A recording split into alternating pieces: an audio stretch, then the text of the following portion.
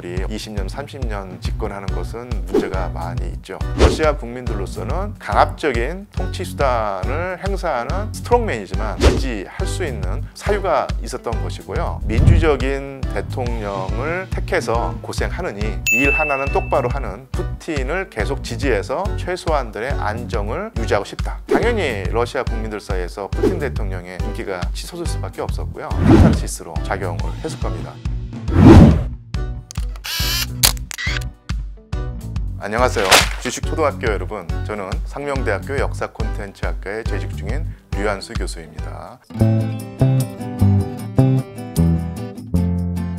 이게 또 러시아의 역사와 연관되어서 파악을 해야지 이해가 될 텐데요. 러시아란 나라를 얕잡아보는 요인 중에 하나가 30년 가까이 집권하고 있는 독재자를 용인하는 저 나라는 뭔가 문제가 있다 이렇게 생각을 하게 되는데, 한 인물이 20년, 30년 집권하는 것은 문제가 많이 있죠. 그렇다고 해서 국민들의 수준이 낮기 때문에 독재체제를 받아들인다 이렇게 생각하면 마음은 편할지 몰라도 복잡한 사정을 우리가 놓치게 되는 것입니다. 푸틴 대통령이 러시아 국민들의 지지를 여론에서 잡히는 것처럼 80% 지지란 것은 분명히 부풀리고 과장되고 조작된 측면이 있겠지만, 그런 것이 아니더라도 아마 절반 가까운 지지를 받을 수 있을 것이고 집권이 가능했을 것입니다. 2000년에 집권한 푸틴 대통령이 지금까지도 집권할 수 있었던 것은 가장 근본적으로는 러시아 국민들의 지지가 있었기 때문일 텐데, 이 지지의 근원이 무엇인가라고 했을 때 푸틴 대통령의 전임자였던 옐친 대통령의 시기와 비교해 볼 필요가 있어요. 1991년에 소비에트 연방이 해체된 다음에 러시아를 이끌었던 대통령이 옐친 대통령이었는데, 보리스 옐친 대통령이 집권하고 있던 10년간의 기간은 러시아 국민들로서는 짜증날 정도로 힘든 시기였습니다. 소비에트 체제를 유지해오던 체제가 완전히 무너져 버렸고요. 새로운 체제는 아직 형성되지 않았고 체제 전환기에 고통이란 것이 있었죠. 그런 상황에서 올리가르히라고 하죠. 러시아의 부를 문어발식으로 거머쥔 거대 재벌이 생겨났고, 세금도 제대로 내지 않으면서 국가 권력까지 농락하는 상황이었습니다. 그러다가 2000년에 집권한 인물이 바로 푸틴 대통령이었죠. 푸틴 대통령이 맨 먼저 한 것이 뭐였냐면은 신흥재벌을 척결하는 것이었습니다. 세금을 제대로 내게 만드는 어떤 조처를 취했고요. 국가 전체의 질서를 가져다 주었습니다. 국가 운영과 사회 작동에서 질서가 잡히니까 조금씩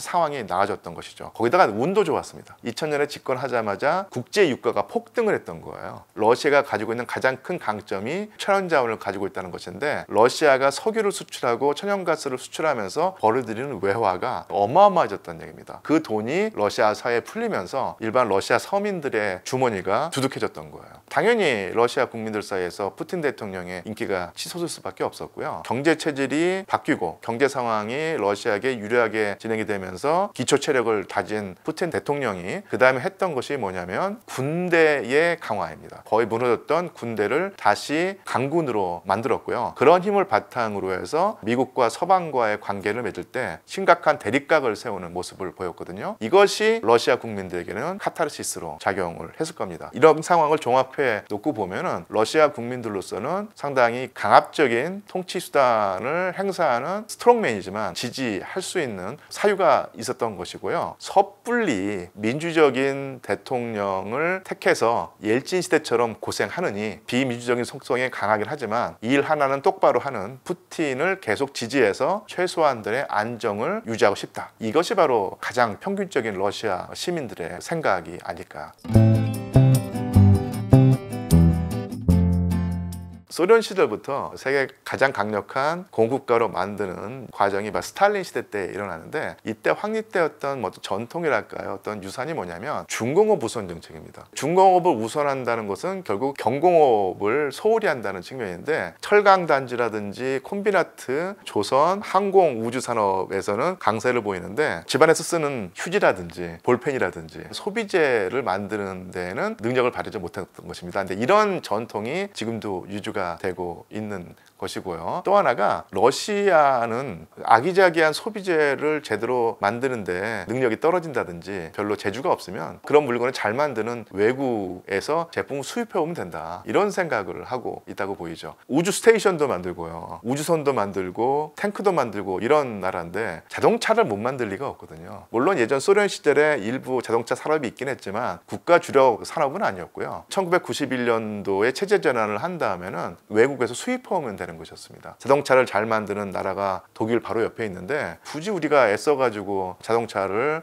만들어서 다른 분야에 들어갈 재원들을 소비하느니 우리 잘 아는 대규모 중화공업을 하고 소비재 부분에서는 독일의 경제와 연계돼서 하면 된다. 이게 러시아인들의 기본적인 마인드였다고 보입니다. 푸틴 대통령이 북한을 방문했을 때 김정은에게 선물했던 큰 선물이 있는데 그 선물이 뭐였냐면 아우루스라고 하는 최고급 승용차였는데요. 아우루스라고 하는 최고급 승용차가 오늘날 러시아를 보여주는데 러시아가 마음만 먹으면은 최고급 수용차를 만들 수 있는 능력이 있었던 거예요. 근데 지금까지 하지 않다가 메시데스 벤츠라든지 아니면 롤스로이스에 필적할 수 있는 러시아의 강력한 브랜드를 하나 만들고 싶다라고 해서 지원한 것이 바로 아우루스라고 하는 최고급 승용차였습니다. 말씀을 보태자면 러시아 경제가 일종의 전시 호황을 누리고 있거든요. 전시 호황이 장기화 될지는 제가 장담하지 못했지만 최소한 단기적, 중기적으로 러시아 경제가 호황을 누리고 있는데요. 그만큼 공장이 쌩쌩쌩쌩 돌아간다는 얘기죠. 러시아도 저출생 국가이기 때문에 일손이 부족한 상황입니다. 일손이 부족한데도 계속 포탄을 만들어내고 전시 경제를 유지하는 것은 그만큼 노동 생산성이 올라가고 있다는 것입니다. 미국에 비하면 미국의 3분의 1, 독일보다도 뒤떨어지는 것이 사실인데요. 하지만 러시아의 노동 생산성이라는 것이 예전에 비해서는 계속 꾸준히 올라가고 있는 것도 사실입니다. 푸틴 대통령이 원래 목표한 바에는 미치지 못했지만 그래도 러시아의 노동 생산성이란 것이 예전에 비해서 훨씬 높아졌고 꾸준히 상승 곡선을 그리고 있기 때문에 러시아의 전시 경제를 지탱할 수 있다는 것이죠. 좀 추세를 보면요. 중간에 삐거덕거리고 뭔가 아기가 맞지 않고 문제가 많은 것은 사실이지만 푸틴이 집권하고 있는 이후로 러시아 경제가 조금씩 체질이 강화되면서 나름대로 효율성이 확보되고 있는 것도 사실이다. 그런 어떤 상황이 있기 때문에 경제 제재와 전쟁의 압박을 버티고 있는 것이지 천연가스 팔고 석유 팔고 이런 식으로 1차 산업에만 의존하는 어떤 원시적인 경제로서는 스트레스를 이겨낼 수 없다는 얘기입니다.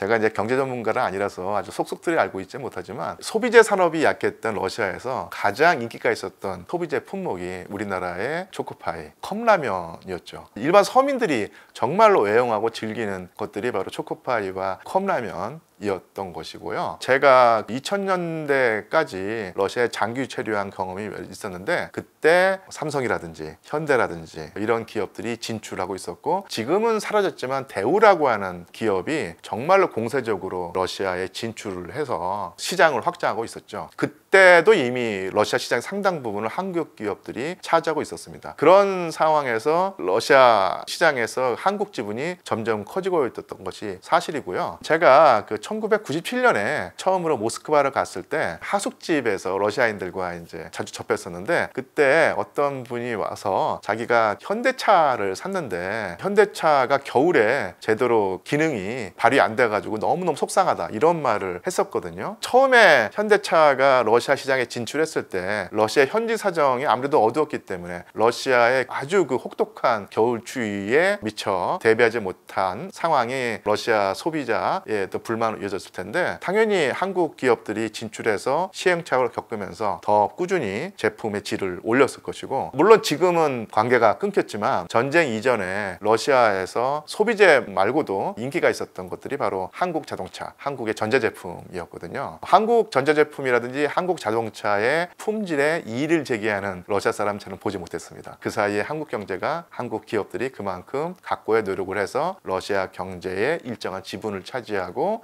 더욱더 발전한 상황에 있었는데 안타깝게도 전쟁으로 그 관계가 지금 교란되고 최소한 현재까지는 관계가 끊긴 건 사실인데 언젠가는 이 전쟁은 끝날 것이고 다시 한번 한국이 러시아 시장으로 진출할 기회가 있을 텐데요. 이 전쟁을 거치면서 러시아는 서방과 사이가 많이 틀어졌을 거예요. 전쟁이 끝나고 난 다음에 새로운 관계를 또 도입해서 관계를 또 복원하겠지만 이 전쟁을 통해서 서방과 러시아의 대립각이 세워지고 그 사이에서 사이가 틀어진 것도 사실인데 한국과는 사실은 좀 다를 수가 있죠. 한국 경제인들이 슬기롭게 조금 더 정교하게 전쟁 이유를 대비하고 러시아의 관계를 유지한다면 전쟁이 끝나고 난 다음에 훨씬 더 많은 기회가 열릴 것이라고 생각을 합니다.